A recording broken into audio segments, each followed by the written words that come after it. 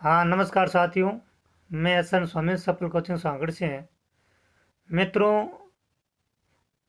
रीट की अगर आप तैयारी करते हो, कल से कोचिंग खुल जाएगी, फाइनल है। और मित्रों, अगर आप रीट की तैयारी करते हो, सबसे पहले आपको जानकारी ये करनी है कि इस कोचिंग में L1 और L2 दोनों का बैच अलग अलग है या नहीं है। अगर अलग अलग है तो ज्वाइन कर लेना, अलग अलग नहीं है ज्वाइन मत करना, क्योंकि L1 और L2 में दोनों के सिलेबस में पर्यावरण अध्ययन और सामाजिक अध्ययन में दोनों में रात दिन का अंतर है। कई कोचिंग में दोस्तों L2 और L1 दोनों साथ में चलता है। तो मित्रों, आपको ये जानकारी करनी है, क्योंकि ये वैकेंसी कोई बार बार तो आएगी नहीं है। सरकार आएगी 5 साल में एक बार वैकेंसी निकालती है।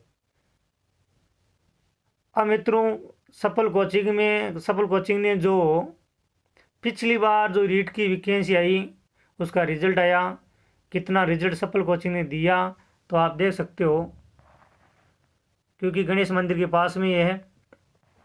एक बार आप देख लो। फिर आते हैं अपन क्वेश्चनों पर। हल्दी घाटी के युद्ध में जी आद का नारा किसने दिया था? उतराने दो फटाफट। तो मित्रों, हल्दी घाटी युद्ध का नारा दिया था आसफ खान ने। किसने दिया? आसफ खान ने। इस हल्दी घाटी युद्ध में झूठी अफवाह फैलाने वाला कौन था? मैत्र का। बदायूं ने इस हल्दी घाटी युद्ध को गोकुंदा युद्ध का। मान सिंह इस हल्दी घाटी युद्ध का मुगलों की तरफ से सेनापति था, अकबर का सेनापति। और हल्दी घाटी युद्ध को खमनोर का युद्ध अबुल फजल ने कहा। हल्दी घाटी युद्ध को थर्मोपोली कर्नल टोड ने कहा। मित्रों, किस नंबर 2 पे आओ। भारतीय मानक समय 6:15 साय पर घाटोल, जो कि 23 डिग्री 45 मिनट उत्तरी अक्षांश व देशांतर 74 डिग्री 25 मिनट पूरी देशांतर स्थित है, में स्थानीय समय क्या होगा? मित्रों, सबसे पहले तो आपको ये ध्यान रखना है कि अक्षांश से कोई समय नहीं निकाला जाता। तो अक्षांश को सबसे पहले काट दो, यहाँ पे कोई लेना देना नहीं है, सिर्फ कन्फ्यूज के लिए दिया गया है। अब आपको भारतीय मानक समय रेखा का जो देशांतर दिया गया है 22.5 डिग्री, उनमें से 74 डिग्री 25 मिनट घटाओगे, उसके बाद में जो आएगा उसे 4 से गुना कर देना, आपका समय आ जाएगा। अब आपको ये ध्यान देना है कि पश्चिमी साइड का टाइम पूछ रहा है या पूरी साइड का टाइम पूछ रहा है। देखो, पूरी साइड का टाइम तो दे रखा है, मानक समय रेखा घाटोल यानी बांसवाड़ा का टाइम पूछ रहा है, तो टाइम को क्या करना पड़ेगा? घटाना पड़ेगा। अगर पूरी साइड का टाइम दे रखा है और पश्चिमी साइड का टाइम पूछे तो घटाना है। पश्चिमी साइड का टाइम दे रखा है यानी पश्चिमी दिशा का टाइम दे रखा है, पूरी साइड का पूछे तो क्या करना है? जोड़ना है। तो घटा लेना। आप घटाओगे तो आपका आंसर ये आएगा 5:42 40 सेकंड PM। क्वेश्चन नंबर 3 पे आओ। पश्चिमी राजस्थान में पश्चिमी रेतीला मैदान की पूरी सीमा निम्न में से कौन सी समवर्षा बनाती है? दोस्तों, ये जो भी क्वेश्चन है RPC के द्वारा पूछा गया, पटवारी में पूछे गए हैं, ग्राम सेवक में पूछे गए हैं, रीट में भी पूछे गए हैं। पश्चिमी राजस्थान का रेतीला जो मैदान है उसका पूरी सीमा को सम जल विभाजक जो रेखा है वो कौन सी है? मित्रों, लगभग करते हैं, कई 50 करते हैं, कई 40 करते हैं, कई 25 करते हैं, कोई 15 भी करते हैं। मैं आपको बता देता हूँ दोस्तों कि मरुस्थल को दो भागों बांटने वाली है 25 सेंटीमीटर। पूरे राजस्थान को दो भागों बांटने वाली है 50 सेंटीमीटर। और मित्रों, पश्चिमी राजस्थान की पूरी साइड देखें, जब अरावली पर्वतमाला शुरू हो जाती है वहाँ पर जल विभाजक रेखा का मान है 40 सेंटीमीटर। तो राइट कौन सा होगा? 40 सेंटीमीटर। मरुस्थल दो भागों बांटने वाली 25 सेंटीमीटर, राजस्थान को दो भागों बांटने वाली 50 है। और पश्चिमी राजस्थान का जो पूरी साइड का जो हिस्सा है उसका जल विभाजक रेखा का मान दे रखा है 40 सेंटीमीटर। क्वेश्चन नंबर 4 पे आओ। राजस्थान में विंध्यन कंगार क्षेत्र किस चट्टान से निर्मित है? विंध्यन कंगार दोस्तों देखो यहाँ पे ध्यान से, बालू का पत्थर से निर्मित है।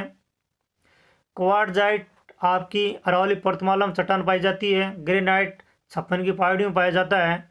और जो ज्वालामुखी निर्मित से जो पत्थर बनते हैं, अंदर जो धरातल के अंदर जो पत्थर बनते हैं उसे कहते हैं ग्रेनाइट, और जो ऊपर पत्थर बनेगा उसे क्या कहते हैं? बेसाल्ट। क्वेश्चन नंबर 5 में देखो, राजस्थान के किस क्षेत्र को पिडमार्ट मैदान स्थित है? राजस्थान के किस क्षेत्र में? तो मित्रों, जो बूंदी क्षेत्र है, जो चंबल नदी का पूर्व क्षेत्र है, जो घास का मैदान है, उसमें पिडमार्ट क्षेत्र पाया जाता है, यानी पूरी मैदान में। राजस्थान पर्यटक विकास निगम लिमिटेड की स्थापना कब हुई? वेरी वेरी मोस्ट 1978 में दोस्तों स्थापना हुई। कार्य प्रारंभ किया 1979 में, यानी 1979 में, और 1989 में, यानी 1989 में पर्यटन को उद्योग दर्जा दिया गया राजस्थान में यूनेस्को की समिति की सिफारिश पर। तो तीनों ऑप्शन मोस्ट है, लेकिन राइट कौन सा होगा? तो राइट होगा 1978। अगला क्वेश्चन देखो, वालर नृत्य किस जनजाति का नृत्य माना जाता है? वालर नृत्य, तो मित्रों धीमी गति का नृत्य है वालर नृत्य, आपका टॉपिक है रीट में। ग्रास्य जनजाति का नृत्य माना जाता है। ख्वाजा मोइनुद्दीन चिश्ती के गुरु कौन थे? ये भी आपके जब चौहान वंश पढ़ोगे तो इसमें आएगा। पृथ्वीराज तृतीय के साथ मोहम्मद गौरी ने जब युद्ध किया उसके साथ आए थे ये ख्वाजा मोइनुद्दीन चिश्ती। गुरु का नाम था हजरत शेख उस्मान अली। क्वेश्चन नंबर 9 देखो, संत पाबूजी के शिष्य मुख्यतः है। पाबूजी के शिष्य उसे क्या कहा गया? तो इसे कहा जाता है रेबारी। लक्ष्मण का अवतार माना जाता है कोलूगंड गांव, जो कोलूमंड गांव है उसमें पाबूजी का जन्म हुआ। जो वाद्य यंत्र है वो रावण था। अब मित्रों किस नंबर लेते हैं अपन 10।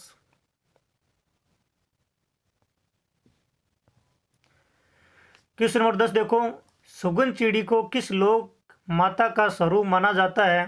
तो मित्रों आयड माता का सुगन चिड़ी का लोक माता का स्वरूप माना जाता है। क्वेश्चन आ चुका मित्रों, क्या राइट करोगे? आयड माता। आयड माता का मंदिर कहाँ पे आप बता सकते हो क्या? जैसलमेर में। लठियाल माता का मंदिर फलोदी जोधपुर में। जीवन माता का मंदिर सीकर में। करणी माता का मंदिर देशनोक बीकानेर में। आयड माता, जीवन माता आपकी देवियों के बारे में टॉपिक दे रखा है। गुलाबी गणगौर किस स्थान पर मनाई जाती है? तो मित्रों गुलाबी जो गणगौर है वो नाथद्वारा में मनाई जाती है। कहाँ पे मनाई जाती है? नाथद्वारा में। छोटी तीज जयपुर की प्रसिद्ध है। बड़ी तीज कजली तीज बूंदी की प्रसिद्ध है। और मित्रों कोडामार होली बिनार यानी अजमेर की प्रसिद्ध है। मित्रों जो भी ऑप्शन दिया गया इसमें सब ऑप्शन से क्वेश्चन बनते हैं। क्वेश्चन नंबर 12 देखो, चुम्पा नामक आभूषण पहना जाता है। तो मित्रों चुम्पा नामक जो आभूषण पहना जाता है वो कहाँ पहना जाता है? तो मित्रों पहना जाता है दांत में। कहाँ पे? दांत में। अब मित्रों एक होता है आपके चौंप आभूषण पहना जाता है। तो मित्रों चौंप आभूषण ये नाक पर पहना जाता है। चुम्पा पूछ ले तो दांत, देखो दांत नीचे होता है और नाक ऊपर, तो मात्रा ऊपर वाली आ रही है तो नाक कर देना।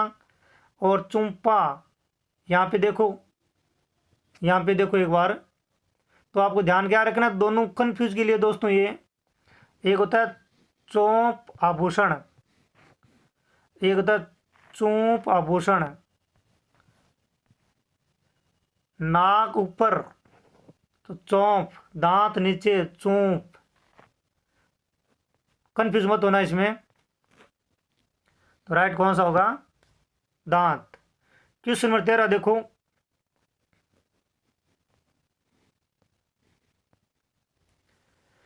बसंती नामक किले का निर्माण किसने करवाया? अगर अपन देखें मेवाड़ शासकों में तो स्थापत्य कला का स्वर्णिम काल किस शासक को कहा गया? तो मित्रों कहा गया कुंभा को। किसको कहा गया? कुंभा को। बसंती नामक किला सिरोही में निर्माण करवाया गया कुंभा के द्वारा। कुंभा ने कुंभलगढ़ दुर्ग का निर्माण करवाया अपनी पत्नी कुंभली की याद में। अब मित्रों क्वेश्चन नंबर लेते हैं 14।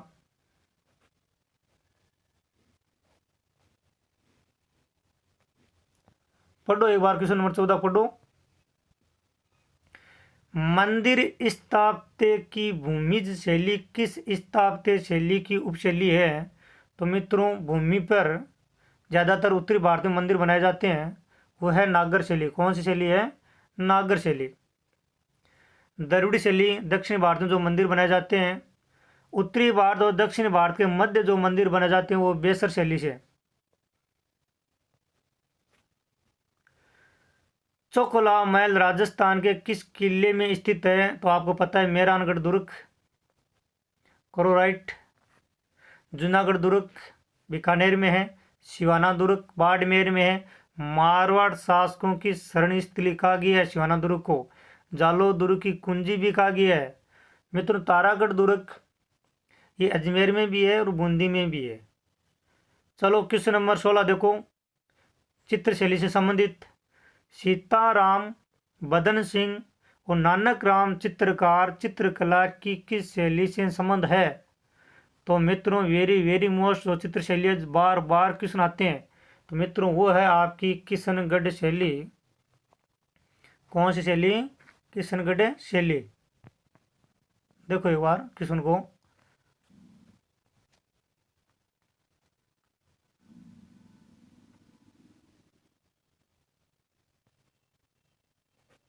एक बार रुकना।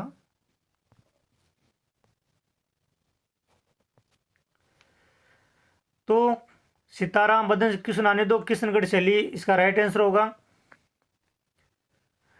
नाथद्वारा शैली राजसमंद में है।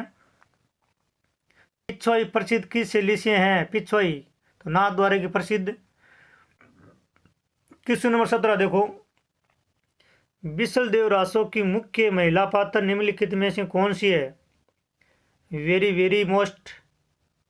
बिसल रासो विग्रहराज चतुर्थ का एक दरबारी था, और उसमें जो महिला पात्र है मित्रों वो है राजमती। कौन है?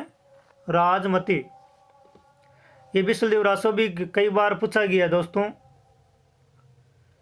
राजस्थानी संस्कृति में जानोटन क्या है? क्वेश्चन 18 पढ़ो। राजस्थानी संस्कृति में जानोटन क्या है? तो मित्रों है कृषिकर। क्या है? कृषिकर।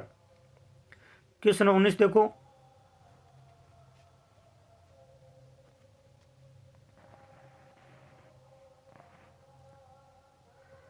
संविधान के किस अनुच्छेद 213 के अनुसार राज्यपाल का अध्यादेश जारी करने का अधिकार है?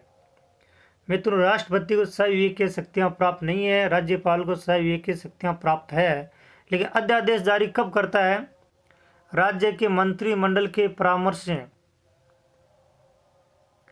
क्वेश्चन 20 देखो, राजस्थान में राज्य सचिवालय में स्थित विभाग को क्या कहते हैं? प्रशासनिक विभाग। मित्रों, राजस्थान में आखिरी बार जब राष्ट्रपति शासन लगाया गया, यहाँ के राज्यपाल कौन थे? मित्रों, राजस्थान में राष्ट्रपति शासन 4 बार लग चुका है। 1967 में, 1977 में, 1980 में, 1992 में। अब मित्रों, जब 1967 में लगा था उस समय संपूर्णानंद राज्यपाल था। जब 1977 में लगा उस समय आपका वेदपाल त्यागी। 1980 में लगा जब था रघुकुल तिलक।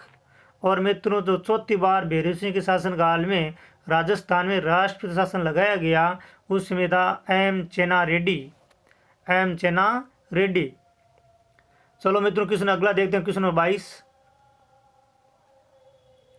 संविधान में राज्य के मुख्यमंत्री का कर्तव्य निर्धारित है। देखो कहाँ पे कर्तव्य निर्धारित है।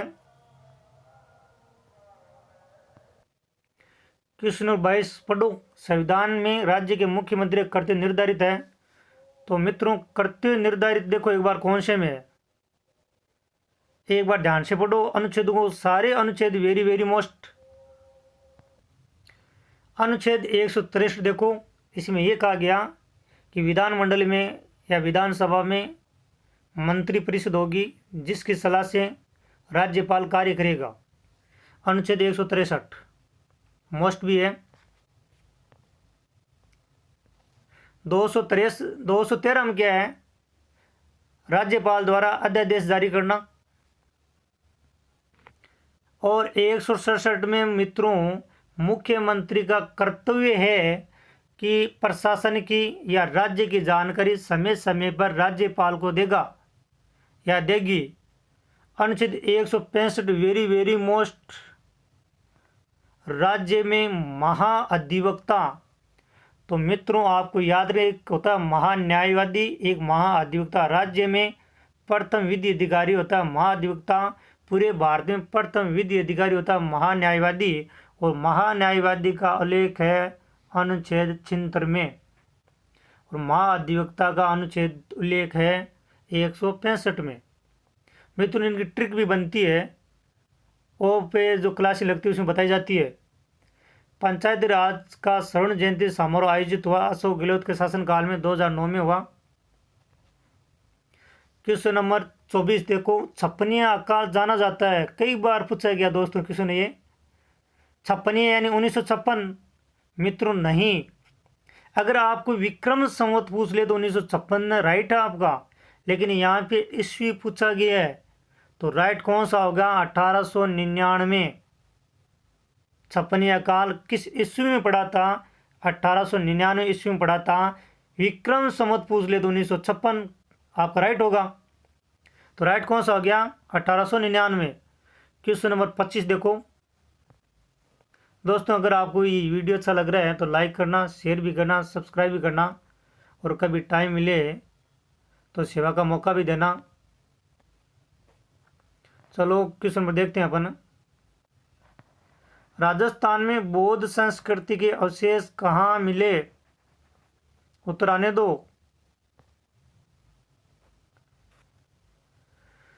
राजस्थान में बौद्ध संस्कृति के अवशेष कहाँ मिले थे? तो मित्रों मिले थे बेराट सभ्यता। किस नदी पर है? बाणगंगा नदी पर है, जयपुर में स्थित है। कालीबंगा गगर नदी पर हनुमानगढ़ में स्थित है। राजस्थान की एकमात्र सभ्यता कांस्य युगीन सभ्यता, मातृसत्तात्मक सभ्यता और नगरीय सभ्यता। गणेश्वर ताम्र युगीन सभ्यता भी कहा जाता है इसे, कांतली नदी पर स्थित है शिखर में। आहाड़ सभ्यता आयड़ नदी पर यानी उदयपुर में स्थित है।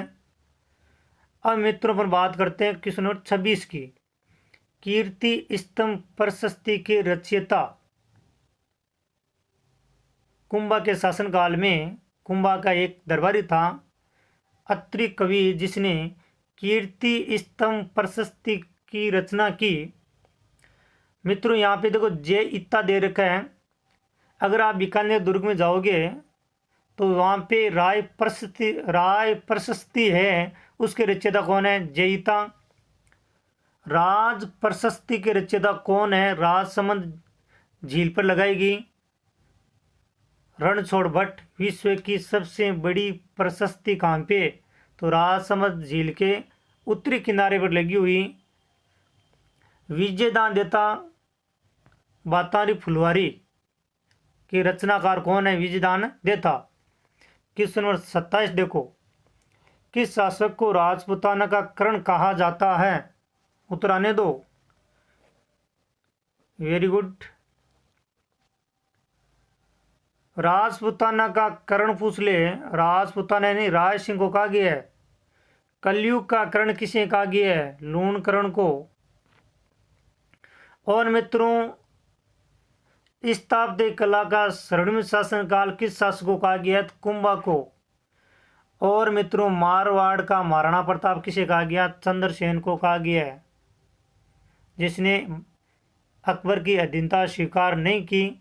1570 में जो नागौर दरबार लगा था, दरबार को छोड़कर चले गए। और भूला बसेरा शासक भी इसे कहा जाता है। मारवाड़ का महाराणा प्रताप भी इसे कहा जाता है। वेरी वेरी मोस्ट क्वेश्चन आता है। अगर मारवाड़ शासक में देखें तो क्वेश्चन बनता है दोस्तों एक तो मालदेव से, एक चंद्रसेन से। क्वेश्चन नंबर 28 देखो लास्ट। जयपुर में राम प्रकाश थिएटर की स्थापना किस महाराजा के काल में हुई? उत्तर आने दो फटाफट।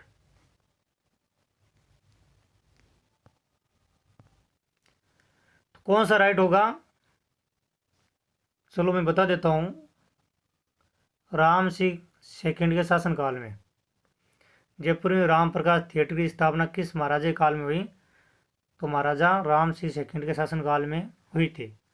अब मित्रों ये पेपर था रीट, वनपाल, वनरक्षक, पटवारी, ग्राम सेवक, LDC, first grade, second grade. अच्छी तरह से तैयारी करवाई जाती है टॉपिक टू टॉपिक। और मेरा वीडियो आपको पता ही है यूट्यूब GK स्वामी, लाइक कर देना, सब्सक्राइब भी कर देना, शेयर भी कर देना आपकी अगर इच्छा है तो। फिर भी मैं आपको ये क्वेश्चन देता रहूँगा